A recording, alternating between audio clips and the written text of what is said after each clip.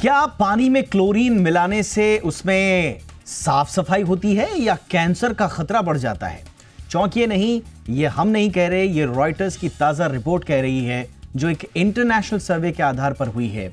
और इसमें कहा गया है कि क्लोरीन युक्त पानी पीने से ब्लैडर कैंसर का खतरा कई गुना बढ़ सकता है।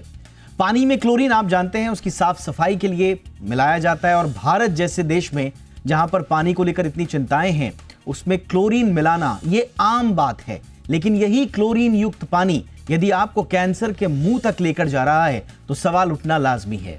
यही नहीं, सिर्फ पीने से ही नहीं बल्कि क्लोरीन युक्त पानी में नहाने से या उसको इस्तेमाल करने से कई दूसरी बीमारियां भी हो सकती हैं। ऐसा बहुत सारी रिपोर्ट्स में पहले भी आ चुका है और ताजा रिपोर्ट भी कुछ यही इशारे कर रही है।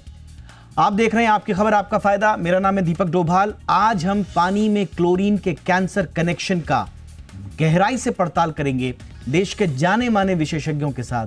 लेकिन पहले देखिए ये रिपोर्ट। मैं लौट रहा हूं मेहमानों के साथ।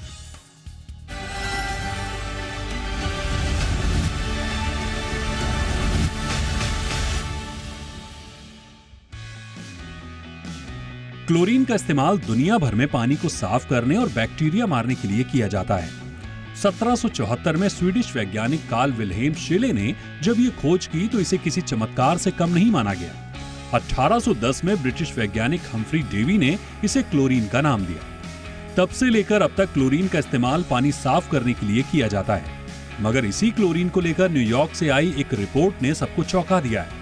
रॉयटर्स की रिपोर्ट के मुताबिक क्लोरीन युक्त पानी पीने, नहाने या स्विमिंग पूल में तैरने से ब्लैडर कैंसर का खतरा बढ़ सकता है। ये शोध बार्सिलोना के municipal institute of medical research team ने की है। ये पहली बार है जब रिसर्चरों ने पाया कि क्लोरीन युक्त पानी का खतरा सिर्फ पीने से नहीं बल्कि त्वचा के जरिए और सांस लेने से भी शरीर को नुकसान पहुंचा सकते हैं। पानी को बैक्टीरिया फ्री बनाने के लिए क्लोरीन का इस्तेमाल किया जाता है, लेकिन जैसे ही क्लोरीन को पानी में डाला जाता है तो इसके साथ ही कुछ हानिकारक रसायन भी पैदा होते हैं। इनमें सबसे आम है ट्राईहालोमीथेन्स, जिसे THM भी कहा जाता है। ये खतरनाक रसायन त्वचा के जरिए या सांस लेने पर शरीर में प्रवेश कर सकता है। रिसर्चरों का कहना है कि यह रसायन कैंसर के खतरे को बढ़ा सकता है। इस रिसर्च में 1219 ब्लैडर कैंसर के मरीजों और 1271 स्वस्थ लोगों के डेटा का विश्लेषण किया गया। इन लोगों से उनके पीने के पानी, स्विमिंग पूल के इस्तेमाल, नहाने और शावर लेने की आदतों के बारे में पूछा गया। साथ ही शोधकर्ताओं ने 123 म्युनिसिपैलिटीज के पानी में THM का औसत स्तर भी जांचा।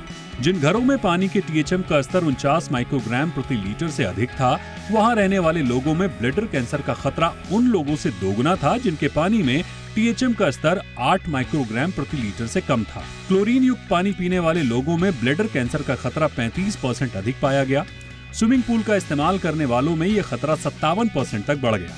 जो लोग लंबे समय तक शावर लेते या नहाते हैं और जो उच्च THM स्तर वाले इलाकों में रहते हैं, उनमें भी कैंसर का खतरा अधिक पाया गया। रिसर्चरों के मुताबिक इंडस्ट्रियलाइज्ड सोसाइटीज में पानी में THM का स्तर आमतौर पर 50 माइक्रोग्राम प्रति लीटर के आसपास होता है, जो कि कैंसर के खतरे को बढ़ाने के लिए पर्याप्त है। ऐसे में कोशिश करें कि आप जिस पानी का इस्तेमाल कर रहे हैं उसमें क्लोरीन की मात्रा 50 माइक्रोग्राम प्रति लीटर से कम हो। हालांकि क्लोरीन के खतरनाक साइड इफेक्ट्स को लेकर ये कोई पहली स्टडी नहीं है, लेकिन इस स्टडी ने एक बार फिर क्लोरीन के बैलेंस्ड इस्तेमाल को अपनाने की ओर ध्यान खींचा है। इसलिए हमारी आपको सलाह होगी कि अपने पानी की जांच और डॉक्टर की सलाह के बाद ही अपने पानी पीने और इस्तेमाल करने की आदतों में जरूरत के मुताबिक बदलाव करें। ब्यूरो रिपोर्ट, जी मीडिया। बहुत ही खास मेहमान इस वक्त हमारे साथ जुड़ रहे हैं। स्वागत करते हैं डॉक्टर श्यामल कुमार, सरकार का पूर्व सचिव, जल संसाधन मंत्रालय से हमारे साथ जुड़ेंगे। बहुत बहुत स्वागत है आपका हमारे साथ। अभी कुछ देर में हमारे साथ श्यामल जी होंगे। हमारे साथ इस बीच डॉक्टर कपिल गोयल जुड़ चुके हैं, जाने माने कैंसर विशेषज्ञ हैं, Rajiv Gandhi cancer and research centre से फिलहाल जुड़े हुए हैं। डॉक्टर गोयल, गुड इवनिंग, बहुत बहुत स्वागत है आपका। और हमारे साथ हैं डॉक्टर स्वाति माहेश्वरी, देश की जानी मानी फिजिशियन है। डॉक्टर माहेश्वरी, बहुत बहुत स्वागत है मैम आपका भी हमारे शो पे। डॉक्टर गोयल, मैं चर्चा की शुरुआत आपसे कर रहा हूं। हालांकि इस स्टडी में भारत से तो कोई सैंपल नहीं लिए गए हैं। जो क्लोरीनेटेड ड्रिंकिंग वाटर हैं उनके कॉमन लेवल्स का US और EU में अध्ययन हुआ है और उसके बिना पर ये लोग कह रहे हैं कि 33% increased risk of bladder cancer है और कोलोरेक्टल जो कैंसर है उसका 15% इंक्रीज्ड रिस्क ये उभर कर सामने आ रहा है। क्या वाकई में, क्योंकि हम तो बचपन से यही सुनते हैं कि भाई पानी को अगर साफ करना है तो क्लोरीन डाल दिया जाए। अभी पुणे में हमने देखा एक बीमारी फैली थी, तो उसका जो रीज़न बताया गया, जो बैक्टीरिया जो वहाँ पर पनपा, उसका रीज़न बहुत बड़ा ये था कि क्लोरीनेटेड वाटर वहाँ के लोग नहीं ले रहे थे, इसलिए वो उनको असर कर रहा था। तो इंडिया में तो एकदम कॉन्टेक्स्ट ही अलग है इसका। क्या वाकई में क्लोरीनेटेड वाटर से कैंसर का रिस्क हो सकता है डॉक्टर गोयल? सो बेसिकली ये कोई नई चीज नहीं है। Since last one decade we have been studying this phenomenon, particularly in Sweden. ये जो न्यू स्टडी आई है, इससे पहले भी कुछ स्टडी 2019 में और 2022 में भी आई थी, जिसमें ये शक जाहिर किया गया था कि क्लोरीन जब पानी में डाला जाता है तो कुछ क्लोरीन बाई प्रोडक्ट्स बनते हैं, जो कुछ वेस्ट प्रोडक्ट होते हैं, उनसे कैंसर का खतरा बढ़ सकता है, पर्टिकुलरली यूरिनरी ब्लैडर और एक हमारा दूसरा कैंसर है कोलोरेक्टल कैंसर। इन दोनों कैंसर का खतरा बढ़ जाता है। लेकिन अभी जो स्टडी हुई है उसमें सबसे ज़्यादा 90,000 लोगों के बीच में ये स्टडी की गई है, जिसमें ये मिला है कि इन कैंसर का खतरा बढ़ जाता है। लेकिन एक उससे इम्पॉर्टेंट बात यह है कि क्लोरीन वाटर में होना बहुत ज़रूरी है, क्योंकि अगर क्लोरीन नहीं होगा तो बहुत सारे बैक्टीरिया और वायरस होते हैं जो कि हमारे पानी में आ जाते हैं, और उससे और भी जैसे भयानक बीमारियां जैसे कि कोलेरा, टाइफॉइड, इन सब के फैलने का खतरा होता है। तो इसीलिए सबसे ज़रूरी बात यह है कि क्लोरीन का लेवल ना तो बहुत ज़्यादा हो, क्योंकि अगर ज़्यादा होगा तो बाई प्रोडक्ट बनेंगे और कैंसर का खतरा बढ़ जाएगा, और ना ही क्लोरीन का लेवल बहुत कम हो, क्योंकि अगर बहुत कम होगा तो भी बैक्टीरिया पनपेंगे और उनसे अदर इन्फेक्शस बीमारियां होने के चांसेस बढ़ जाएंगे। एक मॉनिटरिंग की ज़रूरत है कि optimal level of chlorine should be maintain. और इसमें इस बात का जिक्र भी किया गया है, जो रेगुलेटरी लिमिट्स हैं यूएस में, जो टीएमएच लेवल है ट्राई हेलोमिथेन्स का, वो है 80 ppb और ईयू में 100 ppb है। तो आप जैसा बता रहे हैं कि लो भी नहीं होना चाहिए और हाई भी नहीं होना चाहिए, इसका सारा का सारा छिपा हुआ है कि भारत में इसके कितने खतरे और कितने नहीं। डॉक्टर स्वाति माहेश्वरी मैम, आपसे भी मैं समझना चाहूँगा कि क्लोरीनेटेड वाटर का इस्तेमाल, या इस में जो कहा गया है न सिर्फ ड्रिंकिंग वाटर की बात हो रही है, बल्कि स्विमिंग पूल या दूसरी जगह पे जो हम इस्तेमाल करते हैं नहाने या त्वचा को साफ करने के लिए, उसके भी खतरे बताए जा रहे हैं। तो थोड़ा आप अपनी इंसाइट्स दीजिए मैम इसमें। बिल्कुल, देखिए दीपक जी, मेरा मानना ये है कि क्लोरीन जो है वो एक बहुत बड़ी उपलब्धि है मनुष्य की, क्योंकि अगर हम बात करें कि जहाँ से पानी आना शुरू होता है, ड्रिंकिंग वाटर जहाँ जगह-जगह स्टोर होता है, पाइप्स में जैसे घरों तक ड्रिंकिंग वाटर पहुँचता है, उसके लिए देखा गया है क्लोरीन एक बहुत ही ऐसा तत्व है जो कि शुरू से लेकर आखिर तक काम करता रहता है। यानी कि एक बार पानी में मिलाया जाएगा क्लोरीन को, तो वो पाइप्स में जहाँ भी स्टोर करते हैं वहाँ तक काम करता है। इसे हम रेजिडुअल एक्शन बोलते हैं। जबकि और तरीके जो देखे गए जिससे पानी को डिसइंफेक्ट किया जा सकता था, जैसे ओजोन है या और भी चीजें हैं जिनका इस्तेमाल यूवी रेज वगैरह का किया जाता है, वो सब एक पॉइंट ऑफ कांटेक्ट तक ही काम करती हैं। यानी कि वो रीग्रोथ अगर बैक्टीरिया की हो रही है पानी में, तो ये चीजें उन्हें रोक नहीं पाएंगी, जबकि क्लोरीन जो है वो रीग्रोथ को रोकता है। इसलिए हम बहुत बड़ी-बड़ी महामारियां जो हो सकती है पानी के द्वारा, उनसे बच जाते हैं जब हम क्लोरीनेटेड वाटर का इस्तेमाल करते हैं। यानी कि इसका इस्तेमाल इसलिए किया जाता है। तो ये एक बीमारियों से बचाने की चीज है। लेकिन हाँ, एक पैमाने इसके लिए तय किए गए हैं कि पानी में इतनी मात्रा में ही क्लोरीन होना चाहिए। हमारे इंडिया के भी स्टैंडर्ड्स हैं, बाहर से भी ये स्टैंडर्ड्स हैं, उनका ध्यान रखने की जरूरत है। क्योंकि देखिए, स्विमिंग पूल की बात करें या पीने वाले पानी की बात करें, तो सब में लगभग 1 से 3 इसके नीचे ही पीपीएम वैल्यू रखी गई है। लेकिन जो स्टडीज हैं उनमें आप देख रहे हैं कि पीपीएम वैल्यूज जो है वो 50 है, यानी कि 50 गुना जो है क्लोरीन ज्यादा है। और तब ये स्टडीज में जिस तरह से हम देख रहे हैं कि कैंसर का रिस्क बढ़ रहा है, तो पहली बात यह है कि हमें वो पैमाने जो बनाए गए हैं उनकी लगातार जांच होनी चाहिए कि हमारा पीने वाला जो पानी है या स्विमिंग पूल में जो पानी है जिसका इस्तेमाल हो रहा है, क्या उसमें वो क्लोरीन के लेवल्स मेंटेन करे जा रहे हैं या नहीं करे जा रहे हैं। ये बहुत जरूरी है, क्योंकि स्विमिंग पूल की भी अगर हम बात करें तो वहां भी तरह तरह के ऐसे इन्फेक्शन फैलते हैं। देखिए, कई लोग उस पूल का इस्तेमाल करते हैं, उसमें लोग जो है उनकी शरीर की गंदगी भी जा रही है, लोग जो है उसमें यूरिन भी कर देते हैं, वो भी सब उसमें पहुंच जाता है। और ऐसी स्थिति में स्किन के इन्फेक्शन, ईयर के इन्फेक्शन, पेट के इन्फेक्शन होने के चांसेस बहुत बढ़ जाते हैं। तो अगर क्लोरीनेटेड वाटर नहीं होगा तो कोई भी आसानी से स्विमिंग नहीं कर सकता है, वहां से बीमारियां फैल फैलनी शुरू हो जाएंगी। तो क्लोरीन जरूरी है। अब कुछ तरीके ऐसे भी हैं जिससे कि आपके घर में जो ड्रिंकिंग वाटर आ रहा है उससे आप क्लोरीन को कम से कम कर सकते हैं। यानी कि आप कुछ चीजें ऐसी कर सकते हैं जिससे कि क्लोरीन जो आप पानी पी रहे हैं उसमें कम हो जाए, तो वो प्रयास किए जा सकते हैं।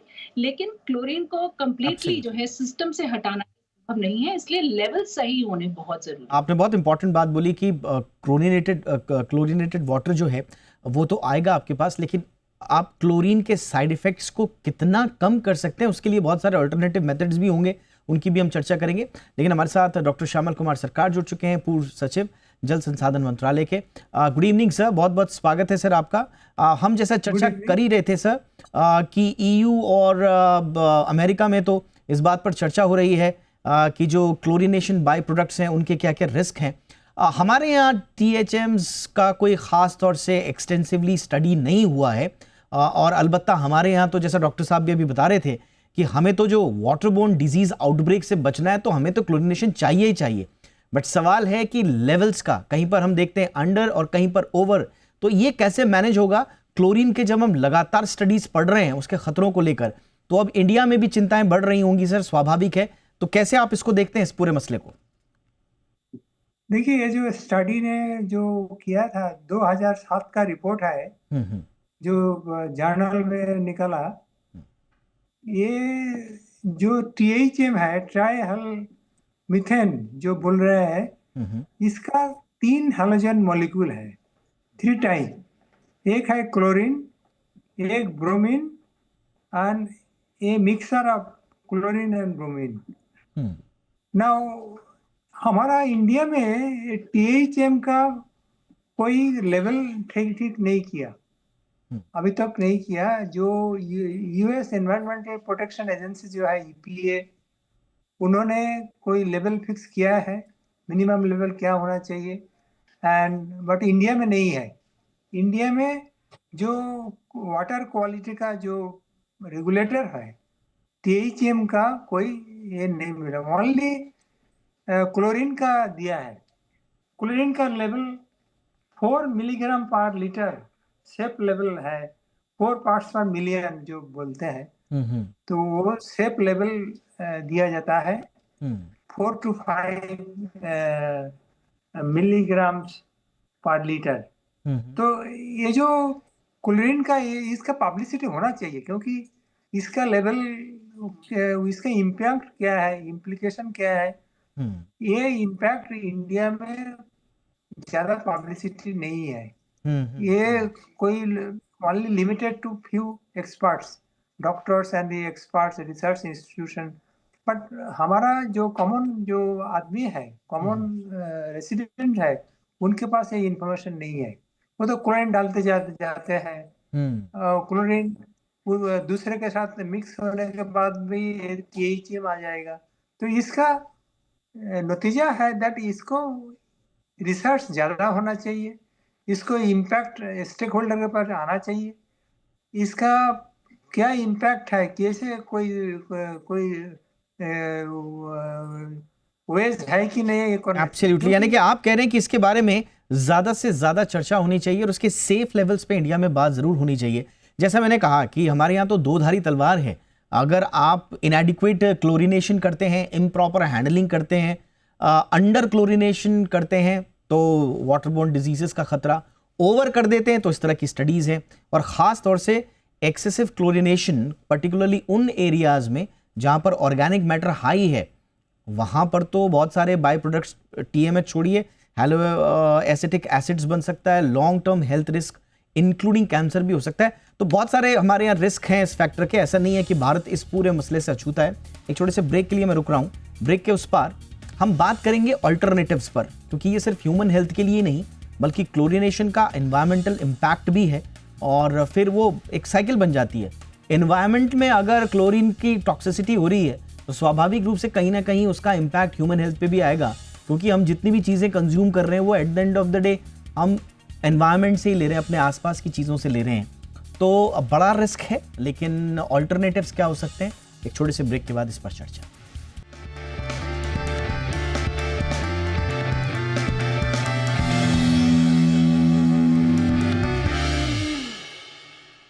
तो तो क्लोरीन वाले पानी का कैंसर कनेक्शन इसलिए हम कह रहे हैं क्योंकि यूएस और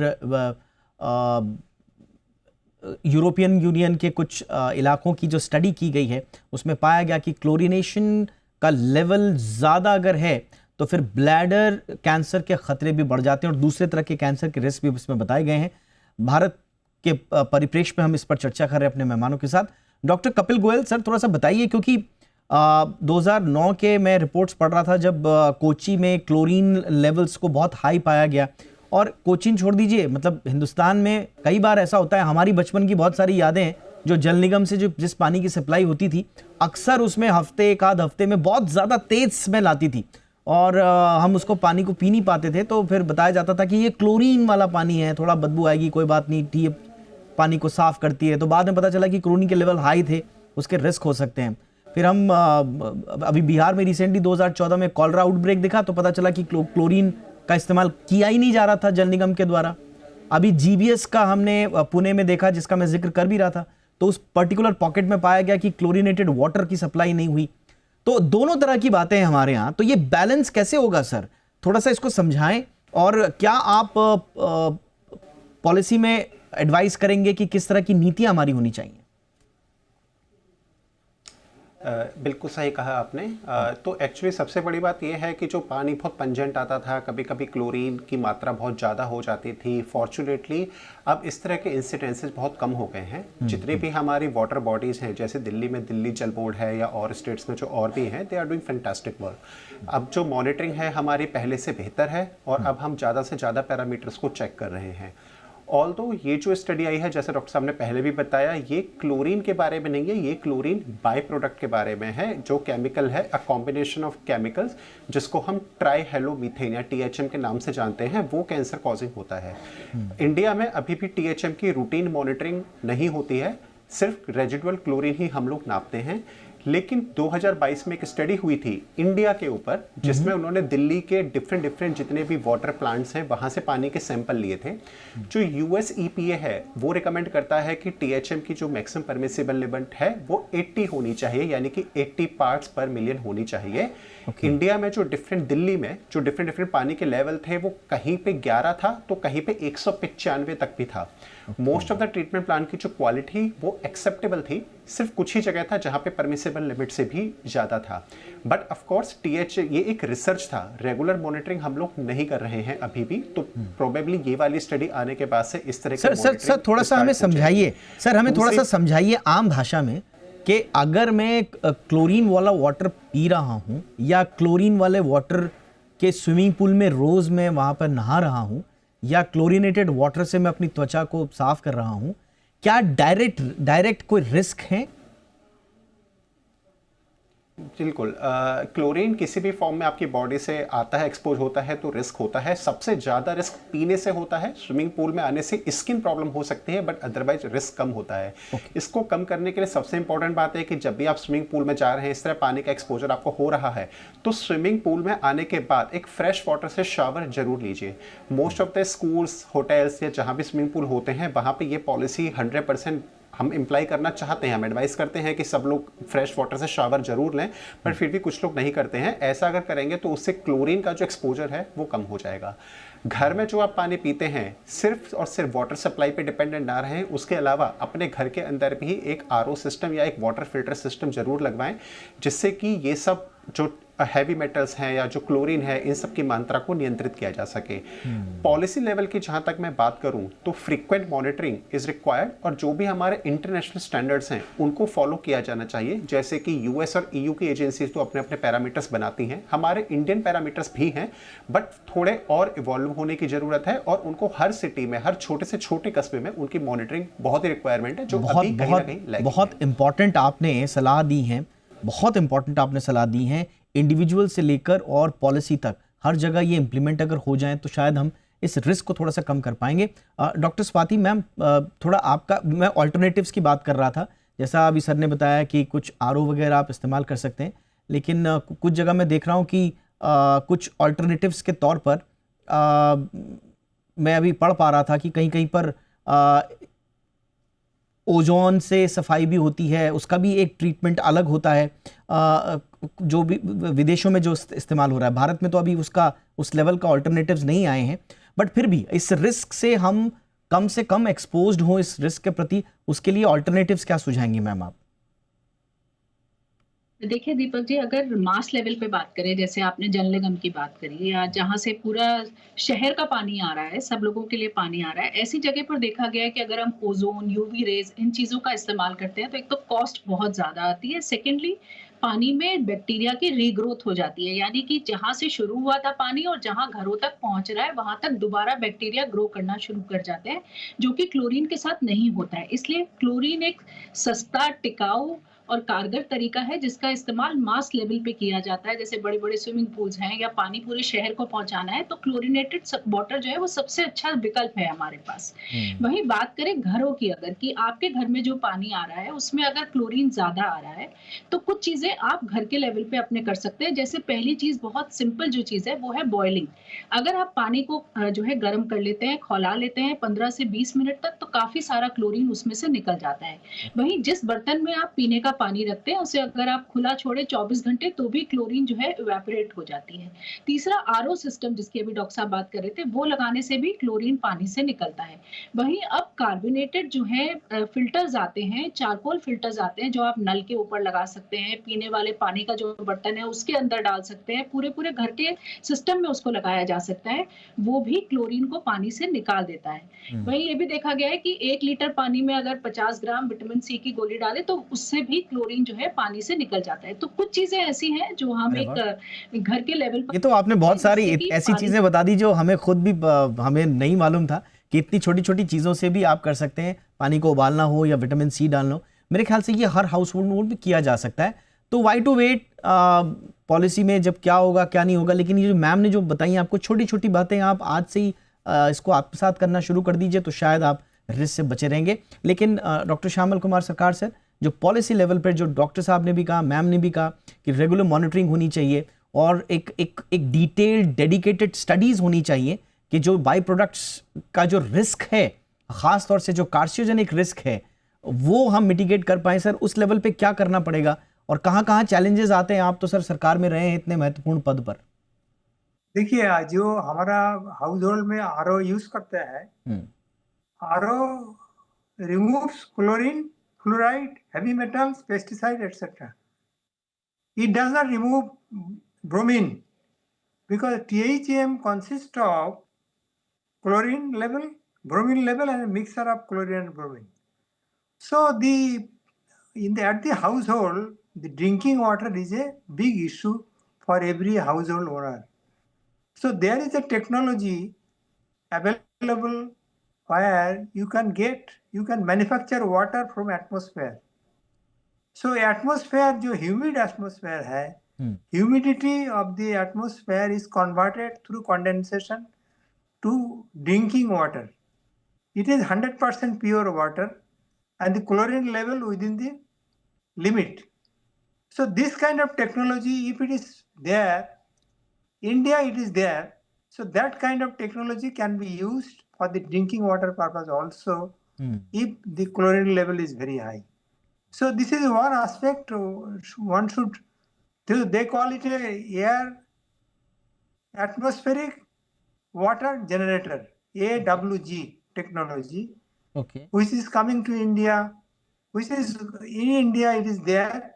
So it can be thought of and discussed for appropriate use. And I also agree with you that with the other experts that there has to be a fundamental research to be done with an expert body, and the government should take an initiative and its publicity to all members of the population should be given. Absolutely. Because not everybody knows this THM. What is THM? कोई किसी को पता ही नहीं है। बिल्कुल। Chlorine का पता है बट THM का पता नहीं है। But THM is a bigger version of chlorine. Chlorine is a one small portion. And look at the seriousness of the issue कि आज पूरी दुनिया के जो प्रमुख अखबार हैं उनमें बड़ी प्रमुखता से इस स्टडी को जगह दी गई है। तो इस लेवल पर विदेशों में इस पे काम हो रहा है और हमारे यहाँ तो जो जैसा कि बताया गया है, अब गरीब उतने देश तो नहीं रहे, लेकिन अभी भी हम लोअर इनकम उसमें ही कहेंगे अपने आप को, कम से कम एक बड़ा तबका तो है। उसको साफ पानी के लिए हमारे पास जो जरिया है मास लेवल पे वो क्लोरीन ही है, और अगर वो जा रहा है घरों तक तो इंडिया में तो इस पर हर हाल में एक डेडिकेटेड रिसर्च होनी चाहिए जो हमें थोड़ा सा दूध का दूध और पानी का पानी करके बताए। स्वाति मैम 10 सेकंड में कुछ बता रही हैं आप? बिल्कुल, देखिए मैं ये कह रही हूँ कि डॉक्टर साहब ने जो बोला है कि ब्रोमीन रिमूव नहीं होता है, वो भी बॉइलिंग से रिमूव हो सकता है, वो भी कार्बोनेटेड फिल्टर्स जो है उनसे रिमूव हो सकता है। ओके, तो छोटी छोटी चीजें करिए, और भी ये खतरनाक तत्व है एब्सोल्युटली पानी में, मैम। उनको जो आप remove इंडिविजुअल लेवल पे जो की जा सकती है वो तो करना ही है, लेकिन गवर्नमेंट के लेवल पे इस पे कम से कम कुछ रिसर्च हो तो हम शायद ज्यादा बेहतर तरीके से इंडिया के पर्सपेक्टिव में बात कर पाएंगे। बट फिलहाल आज के लिए बहुत बहुत शुक्रिया वक्त निकालने के लिए डॉक्टर श्यामल कुमार सरकार sir, thank you so much sir. Doctor Kapil Goyal, बहुत बहुत शुक्रिया सर आपका। Doctor Swati Maheshwari, thank you so much ma'am. Show में आज इतना ही, इजाजत दीजिए, नमस्कार।